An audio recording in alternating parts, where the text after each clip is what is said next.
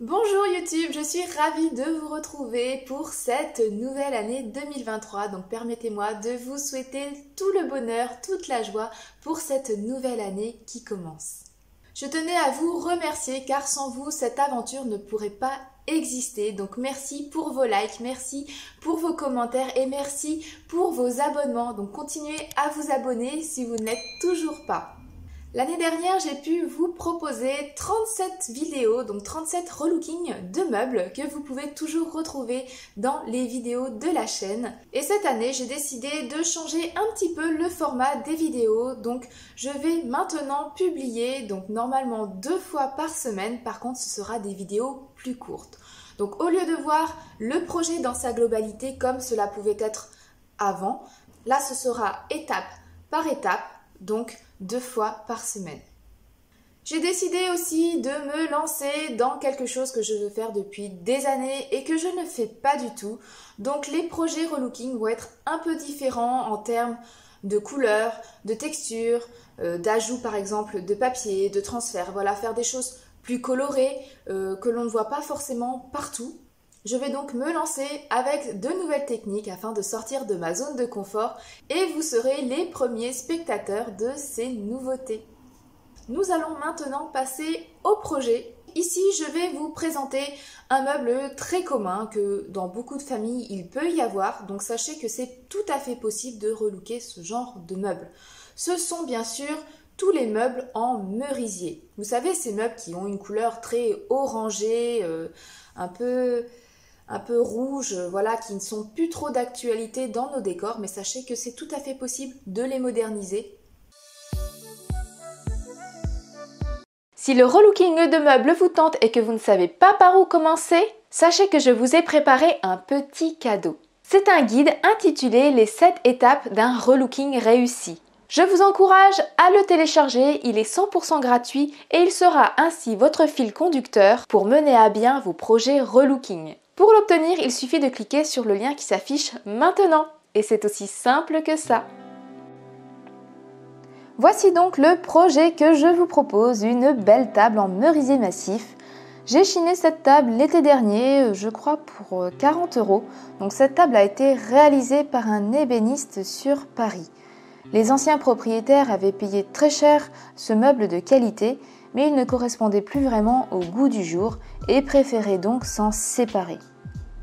Je suis allée récemment dans un magasin classique où l'on peut trouver des meubles à pas trop cher, voilà, une centaine d'euros. Et là, j'ai été choquée de ne pas trouver un seul meuble en bois. C'était que de l'aggloméré, donc du bois composite, recouvert en gros d'un plastique imitation bois, et il n'y avait que ça, pas un seul meuble en vrai bois. Et je trouve dommage que beaucoup de personnes se séparent de leurs meubles payés si cher il y a 40 ans alors qu'ils sont en bois massif et il est tout à fait possible de les revaloriser. Cette table est vraiment très lourde, j'ai donc eu besoin de l'aide de mon mari pour pouvoir déplacer le plateau en extérieur. Mais je vous rassure, une fois que la table est en 4 morceaux, elle est beaucoup plus légère. Je ne vous cache pas qu'il y a eu un gros travail de préparation au niveau du plateau car je suis obligée de le décaper, donc d'enlever le vernis qui est dessus pour pouvoir retrouver un bois brut. Et j'espère qu'il sera clair car quand on regarde sous la table, on voit que le bois est bien clair. Le vernis actuel est très certainement en polyuréthane, donc c'est un vernis très solide en bicomposant. Il est très épais et du coup il est très difficile à enlever. J'en ai donc pour un petit moment et je commence par appliquer un décapant chimique afin de gagner un peu de temps au ponçage. Pensez à vous protéger les mains, les voies respiratoires et de porter des lunettes car ces produits sont corrosifs. Et si possible, faites-le en extérieur. J'applique donc le décapant et je laisse agir selon les indications au dos du produit. Et pour gagner du temps, pendant que le décapant agit, je vais m'occuper du reste de la table et la nettoyer.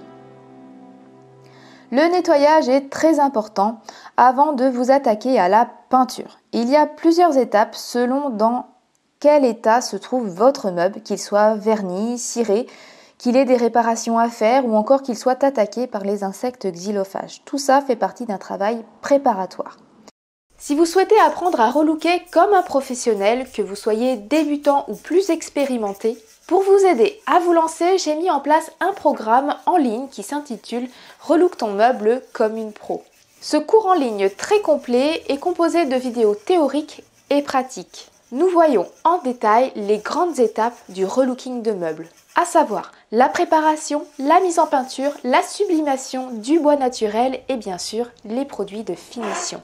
Vous serez ainsi capable de relooker n'importe quel meuble ou support de votre choix. Pour en savoir plus, je vous invite à suivre le lien qui s'affiche maintenant et je vous retrouve de l'autre côté.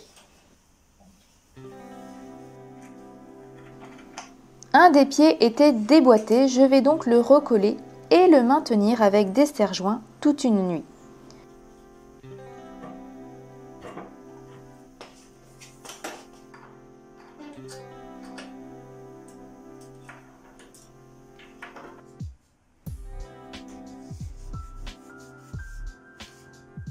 Si vous avez des meubles vernis, je vous conseille de faire un égrainage, donc un léger ponçage, avant de passer à la mise en peinture. Cette étape va consister à griffer le vernis qui permettra ensuite une meilleure accroche de la peinture. Et me voici reparti sur le plateau de la table. Le décapant a agi un petit peu et je viens avec une spatule enlever l'excédent du décapant. Je vous recommande de mettre les dépôts dans un sac et de les déposer dans votre déchetterie la plus proche. Ils ont à disposition des bacs pour recycler ce type de produit. Pour neutraliser l'action du décapant, il est généralement recommandé d'appliquer un produit et ce dernier est indiqué dans les indications du décapant. Toujours avec la spatule, je viens gratter plus en profondeur pour enlever les épaisses couches de vernis qui se sont ramollies. J'ai essayé de poncer dessus, mais le produit a tellement ramolli le vernis que du coup cela encrasse les abrasifs. Je vais donc laisser sécher avant de faire le ponçage. Je ne vous cache pas que j'ai bien mis 4 heures pour poncer intégralement le plateau. Alors j'ai peut-être pas la meilleure ponceuse du monde, mais sachez que ça prend du temps, donc ne soyez pas trop pressés. Honnêtement, c'est pas la partie que je préfère, le nettoyage, les réparations, mais cela est nécessaire. Le nettoyage, les préparations, cela se fait étape par étape pour ensuite enfin faire la peinture, enfin faire de réels changements. Mais voilà, ça prend du temps et c'est normal. Là, je vais vite me dépêcher parce qu'on est en plein hiver, il commence à pleuvoir, donc je me dépêche de finir le plateau parce que ça fait un petit moment que j'y suis. Et donc le ponçage touche à sa fin.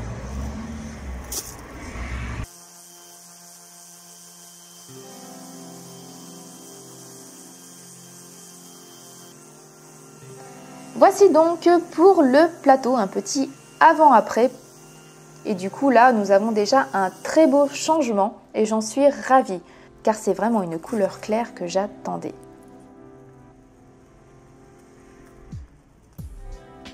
L'étape du nettoyage est enfin terminée. C'était assez long, fastidieux, mais nécessaire. Comme je le répète très régulièrement, l'étape du nettoyage est primordiale. Il y a beaucoup de choses à faire qui ne se voient pas forcément, mais cela garantira votre travail. Donc cette étape est terminée et je vous dis à dans quelques jours pour la prochaine étape.